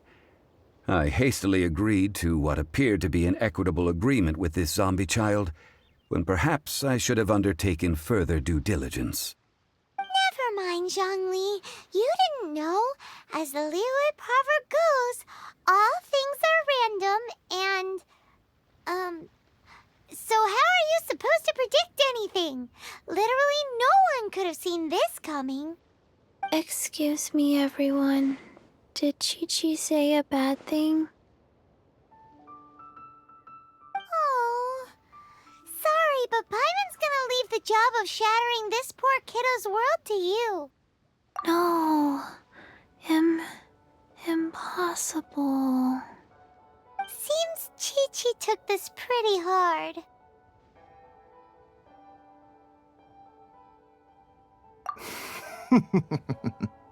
Someone learnt a valuable life lesson today, then. Thank you all for looking after my little Chi-Chi. Might I ask who? Ah, how rude of me. I'm Baiju, boss of the Boo Boo Pharmacy. Paimon thought Chi-Chi was the boss. Turns out it's some wacko who wears medicinal ingredients around his neck. What a sorry state of affairs. This little mascot is even more of a simpleton than Chi-Chi. Ah! The snake is speaking! I prefer to stay silent, but faced with strangers, I must speak, lest you mistake me for an escapee from the medicine cabinet, for I am a living, breathing serpent! Don't mind Chung Sheng. She's a good girl, really. As for you three, communal chaos causing with Chi-Chi aside, what business brings you here? Do you sell everlasting incense in this fine establishment? Everlasting incense? Why, of course we do. Whew, at last. Things are finally starting to come together. 3 million mora. Top quality. Guaranteed. You might as well just rob the Golden House. Oh, but the Cheesing have taken it over for now. Security will be tighter than usual. 3 million. An innocuous number in and of itself, though practically speaking, it could be a hard sum to come by. It's a crazy number. We'd never be able to make that much mora. And as for Mr. Zhongli, he's around 3 million short. This is correct.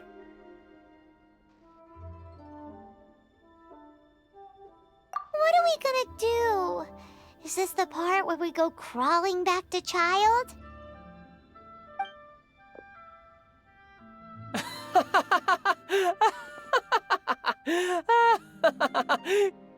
Coco Goat! Coco Goat! My sides hurt. Oh my goodness. I cannot believe you fell for that. Hey, less laughter, more sympathy. I'm almost in tears over here. Thank you. That was the best laugh I've had in a long time. In return, I'm more than happy to sort out this mess you've managed to get yourselves into. Excuse me, sir. Dr. Baiju, isn't it? Truly honored. I'm Child, one of the Fatui Harbingers. Forgive my audacity, but I see a great many opportunities for us to collaborate in the future. If Boo Boo Pharmacy needed a stable supply of, say, coconut milk, the Fatui could help by setting up a robust and speedy distribution network. Strange. I knew the Fatui infiltrated businesses with seductive deals, but so much fuss over coconut milk? Coconut milk. Baiju, quick. Chi-Chi wants coconut milk. Ah, yes, of course, Chi-Chi. Anything you want. Thank you, child. I look forward to a successful collaboration in the future. I can give you a discount on that everlasting incense, too. Let's say 2,990,000 mora. That's like 0 difference from 3 million. 2,990,000. Also an innocuous number in and of itself, though practically speaking, it is a whole 10,000 less than the original sum of 3 million. Well, now that this is settled, we must head back to Yujing Terrace. Mr. Child, Dr. Baiju, Little Miss Chi-Chi, see you soon.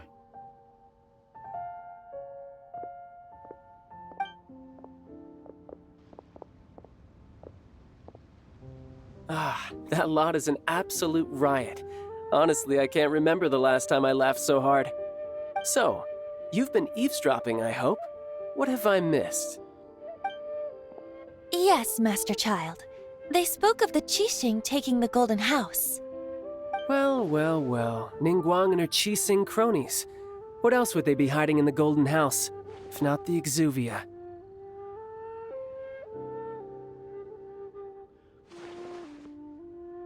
I apologize, but I warned you, didn't I? As the old Liyue saying goes, the walls have ears.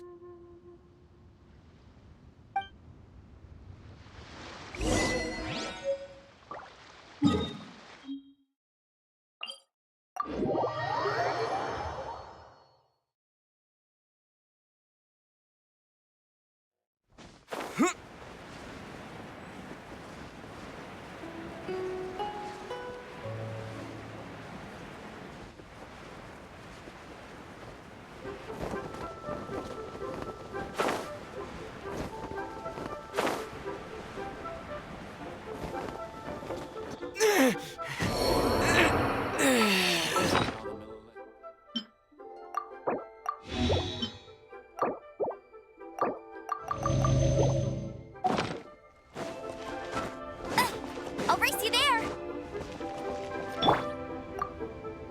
Well, as it stands, we've hired helpers, and we've acquired the everlasting incense. The completion of our preparations is not far off. Whew, finally! Well, traveler, have you gained anything from our adventure so far?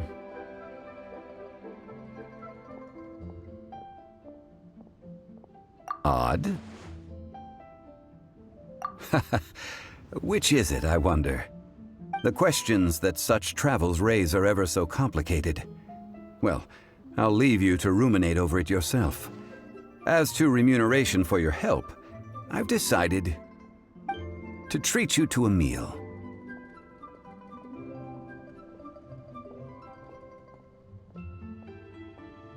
Oh, yes, don't worry. I will remember to bring the Mora this time. Tonight, I shall take you both to an old hole-in-the-wall, praised throughout Liyue. Hole in the wall? As in a cool restaurant? Indeed. Let us meet near the harbor, at third round knockout.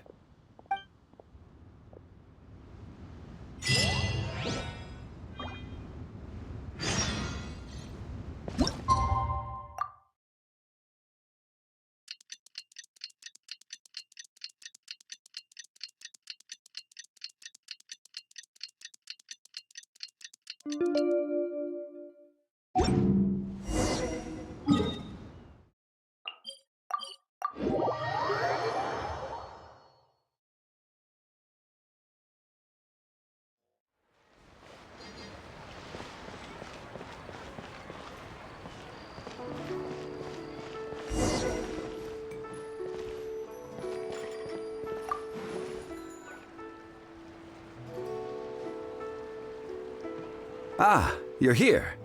There's no need to order. I've already done so. Third round knockout is not for lightweights, like those taverns in Mondstadt. Here, the owner does not take such unorthodox orders as fruit juice. I ordered some wine-fermented sweet rice balls for you, if that counts.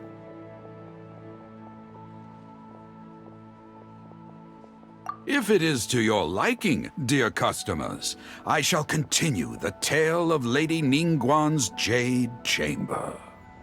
Hey, there's even a storyteller here! Great atmosphere!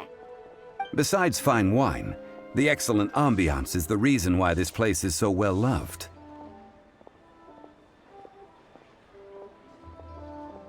But when I say ambiance, I refer to a different sort from the one the Tevat travel guide uses to judge other establishments. As you all know, high above the land of Liyue lies a pavilion in the clouds, a palace in the mist. What does it mean to have all-seeing eyes? This, my friends, Lady Ningguang's masterwork that bridges earth and sky. Imagine, the weather is clear, and you gaze down from the deck on the world below. Behold, the glorious sights of Liyue Harbor, stretching out far and wide. They say that when Lady Ningguang ponders important affairs, she retreats to her jade chamber with none but her 3 closest confidants in tow. Why brings she these trusted 3 to sift through sources, dig through documents, looking for information? Piece by piece, facts and figures paint a picture on the walls of the chamber. But well before the wall is filled, Lady Ningguang's mind is made up. Having made her call, she has every last document shredded, and whoosh, she scatters the shavings out her window. Ah, look at them, how they billow in the wind like a sudden swirling blizzard. As the fragments fall, traces of text flicker before the eyes of the merchants of Liyue, like ink stains in white snow. The saying goes, the rarest treasures in the land are the words brought by the paper snow. For the words of the Tianquan have the power to move mountains, and all throughout the land know it.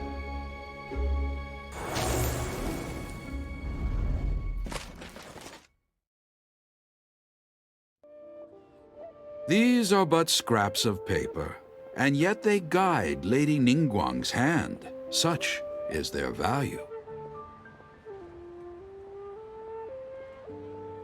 Merely grasping 1 or 2 of them will surely gift you a fragment of her wisdom, enough to stay a step or 2 ahead of your peers. Tianquan Ningguang. Feels like we're hearing this name a lot. Liyue locals talk about her. The Fatui hate her. She's most likely the one who hid the exuvia, and we saw her at the Rite of Descension. Huh. Paimon wonders what sort of person she is. At last I have found you. You who returned from Jueyun Karst. Who's there? Wait, I am not with the Millelith, nor am I here to claim your bounty. However, I am an emissary of the Liyue Qixing. My name is Ganyu, secretary at the Yuehai Pavilion, and I have come specifically to meet you. Well, in concrete terms, I am the corporate secretary for the Qixing. At the moment, I am serving as Lady Ningguang's special emissary. Ningguang sent you? We were literally just talking about her. My apologies, you who have returned from Jueyun Karst. I am duty-bound and cannot extend my courtesy to you in full. But I have with me a letter from Lady Ningguang. She extends a formal invitation to you in her capacity as Tianquan. She invites you to her palace in the sky. An official invitation? Lady Ningguang said this. Invite him to come here. I wish to meet him. At the Jade Chamber, together we shall snip every one of these entwining dark threads.